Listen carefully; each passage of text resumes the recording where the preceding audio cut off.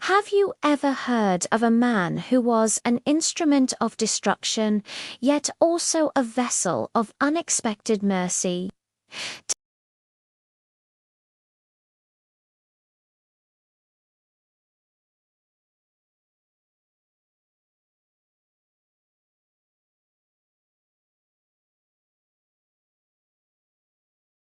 His name might not be as well known as David or Moses, but his story reveals so much about power, obedience, and the surprising ways God works through even the most unlikely people.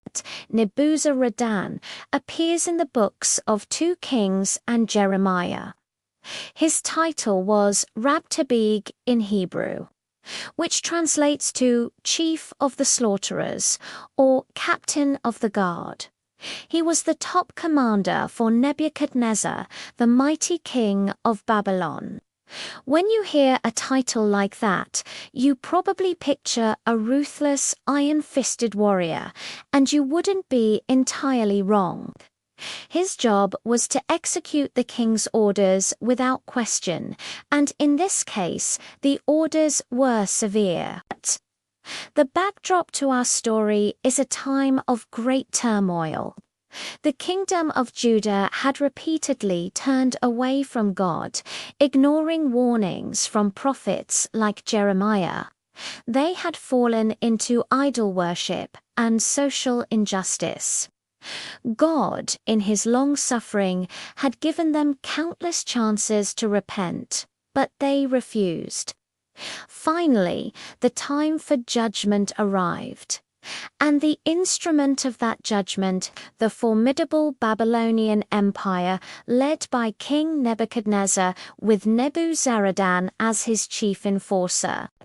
In 586 BC, after a long and brutal siege, the walls of Jerusalem were breached. The city fell, and this is where Nebuzaradan steps onto the main stage of history. His mission was to carry out the complete subjugation of Jerusalem. Imagine the scene: a city starved and broken, its defenses shattered. Nebuzaradan, at the head of a victorious army, had absolute power. According to the biblical account, he was methodical and thorough.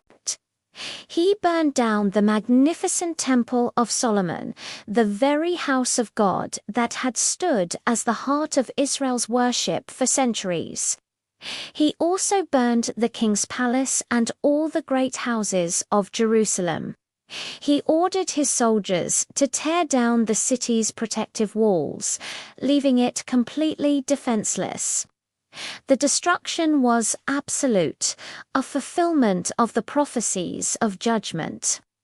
Nebuzaradan then proceeded to carry out the final wave of deportations. He rounded up the remaining people in the city, along with those who had deserted to the Babylonians during the siege. The skilled craftsmen, the nobles, the leaders all, were taken captive and marched into exile in Babylon. This was a strategic move to cripple Judah and prevent any future uprisings. He left only the poorest of the land behind to work the vineyards and fields. From this perspective, Nebuzaradan seems like nothing more than a ruthless destroyer, an agent of a pagan king. He was the man who oversaw the end of a kingdom. But if we look closer, particularly in the book of Jeremiah, a more nuanced picture emerges. This is where the story takes an unexpected turn. Before the fall of Jerusalem, the prophet Jeremiah had been a lone voice, urging the king and the people to surrender to Babylon. He told them this was God's will, a judgment they had to endure. For this unpopular message, Jeremiah was persecuted, arrested, and thrown into a cistern to die. He was seen as a traitor. But King Nebuchadnezzar had somehow heard of Jeremiah, so he gave a specific order to Nebuzaradan concerning the prophet. In Jeremiah chapter 39, we read the command, "Take him and look after him. Don't harm him, but do for him whatever he asks." Think about this for a moment. In the midst of chaos, burning, and deportation, the highest-ranking Babylonian commander takes the time to seek out one specific prisoner. Nebuzaradan found Jeremiah, released him from his chains, and treated him with incredible respect. He gave Jeremiah a choice. He said, "You can come with me to Babylon, and I will look after you. Or, if you prefer, you can stay here in this land. The whole country is before you. Go wherever you think it is good and right to go." This was an astonishing offer. He wasn't just freeing a prisoner. He was giving him complete freedom and promising protection. Nebuzaradan even gave Jeremiah provisions and a gift before sending him on his way. He allowed Jeremiah to join Gedaliah, the governor appointed by Babylon to oversee the remaining people in Judah. This act of kindness and respect toward God's prophet is a stark contrast to his role as the chief of the slaughterers.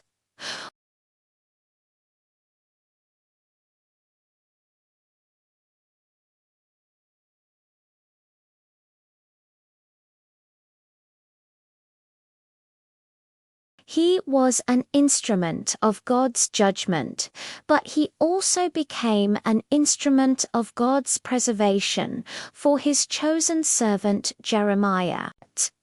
This raises a fascinating question. What was in Nebuzaradan's heart? Was he simply a loyal soldier obeying his king's orders to the letter, or did he have a personal sense of justice and respect? The Bible doesn't tell us his inner thoughts, but his actions speak volumes. He recognized something special about Jeremiah. In Jeremiah chapter 40, Nebuzaradan even seems to acknowledge the God of Israel. He says to Jeremiah, "The Lord your God decreed this disaster for this place, and now the Lord has brought it about. He has done just as he said he would. All this happened because you people sinned against the Lord and did not obey him." A Babylonian commander, a pagan, articulating the very theological reason for Jerusalem's downfall. It's incredible. He understood that this wasn't just a random military conquest, it was divine judgment. Whether this was a genuine moment of faith or simply an intelligent observation, it shows a level of awareness that is truly remarkable. The story of Nebuzaradan teaches us a powerful lesson about God's sovereignty. God can use anyone to fulfill his purposes, even a pagan military commander. Nebuzaradan was the agent of destruction, but through him, God also showed mercy and protected his prophet. This demonstrates that God is in control of all things, even the actions of world empires and their leaders. For us today, this story challenges us to look for God's hand in unexpected places. Sometimes, the people we might label as the enemy or the outsider can be used by God in powerful ways. It also reminds us that power and authority come with a great responsibility. Nebuzaradan wielded immense power. He could have been cruel and vindictive, but he chose to show honor and kindness where he was commanded to.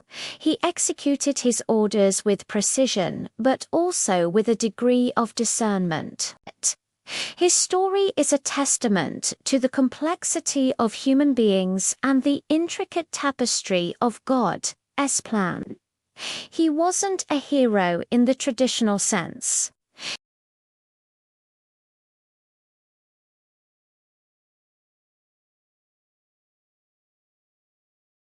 He represents the tension between judgment and mercy, destruction and preservation.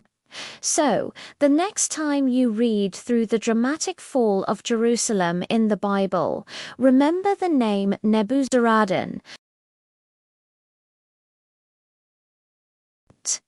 See him as a man caught in the currents of divine history, a commander whose actions, though devastating, ultimately served the sovereign purposes of God, even showing a surprising flicker of humanity and insight along the way.